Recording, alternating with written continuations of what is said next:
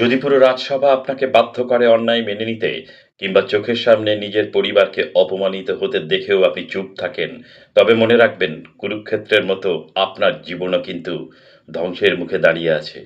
মহাভারতের রাজসভায় যখন এক কুলবধূর বস্ত্রহরণ হচ্ছিল, তখন ভীষ্ম, দ্রোণ ও কৃপাচার্যের মতো মহাশক্তিমান জ্ঞানীরাও কেন মাথা নিচু করে চুপ করেছিলেন?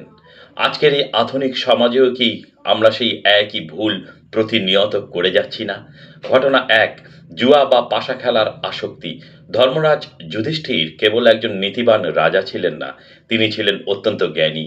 কিন্তু পাশা খেলার সেই এক সন্ধ্যায় আসক্তির বশে তিনি নিজের বিবেককে হারিয়ে ফেলেন। একে একে নিজের সোনা দানা, রাজ্য, ভাইদের, এমনকি শেষ পর্যন্ত নিজেকে এবং নিজের ধর্মপত্নী দ্রৌপদীকেও বাজি রেখে হেরে যান। আসক্তি কিভাবে মানুষের যুক্তি ও বিবেককে অন্ধ করে দেয়, যুধিষ্ঠির তার চরম উদাহরণ। ঘটনা দুই, রাজসভায় অন্যায়ের সামনে চরম নীরবতা। কৌরবদের সভায় যখন দ্রৌপদীকে অপমান করা হচ্ছিল, তখন তিনি একে একে সভার সমস্ত গুরুজনদের কাছে বিচার চেয়ে কেঁদেছিলেন। কিন্তু ধর্ম ও নীতির ব্যাখ্যা দিয়ে ভীষ্ম, আদ্রোণের মতো বীরেরা চুপ করে বসে রইলেন। তারা অন্যায়কে রাজধর্মের অজুহাতে মেনে নিয়েছিলেন, কিন্তু প্রকৃতি বা ঈশ্বর কাউকেই ক্ষমা করেন না। এই নীরবতা ও আসক্তির চরম মূল্য চোকাতে হয়েছিল পুরো কুরু বংশকে। কুরুক্ষেত্রের 18 দিনের মহাযুদ্ধে কোনো নীতি, কোনো জ্ঞান আর কোনো অস্ত্র ভীষ্ম বা দ্রোণকে বাঁচাতে পারেনি। যে রাজসভায় অন্যায় দেখে সবাই চুপ ছিল, সেই রাজসভার প্রত্যেকটি স্তম্ভ রক্তের বন্যায় ভেসে গিয়েছিল। শ্রীকৃষ্ণ পরবর্তীতে স্পষ্ট বলেছিলেন, রাজসভায় যারা চুপ ছিল তারা অন্যায়কারীর মতো সমান অপরাধী। কারণ শক্তি ও ক্ষমতা থাকা সত্ত্বেও অন্যায়ের প্রতিবাদ না করা হলো নৈতিক পতন। এবার ভেবে দেখুন, হাজার হাজার বছর আগের এই ঘটনা কি আজকের আমাদের জীবনের সাথে হুবহু মিলে যায় না? প্রথমত, আসক্তির অভিশাপ।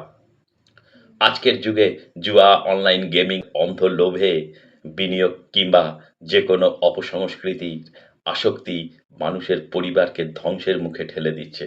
সঠিক সময়ে আসক্তিকে নিয়ন্ত্রণে না আনলে যুধিষ্ঠিরের মতো সর্বস্ব হারাতে হবে। দ্বিতীয়ত, নীরবতার বিপদ। আমাদের চোখের সামনে যখন কোনো দুর্নীতি, অন্যায় বা নির্যাতন ঘটে, তখন আমরা অনেকেই নিজেকে নিরাপদ রাখতে বিশ্ববাদ্রোণের মতো আমার কি করার আছে ভেবে মুখ ফিরিয়ে নিই। কিন্তু মনে রাখবেন, সমাজে অন্যায়ের শক্তি ততটা শক্তিশালী কখনোই নয় যতটা শক্তিশালী ভালো মানুষের নীরবতা। এই নীরবতা একদিন ঘুরিয়ে আমাদের নিজেদের ঘরেই আঘাত হানে। মহাভারত কেবল কোনো অতীতের গল্প নয়, এটা প্রতিদিনের জীবনযাপনের একটা আয়না। নিজেকে আসক্তি থেকে মুক্ত রাখুন এবং সত্য ও অন্যায়ের সামনে নিজের কণ্ঠস্বরকে তুলে ধরুন। কারণ সত্যের পথ কঠিন হলেও শেষ পর্যন্ত জয় ধর্মেরই হয়।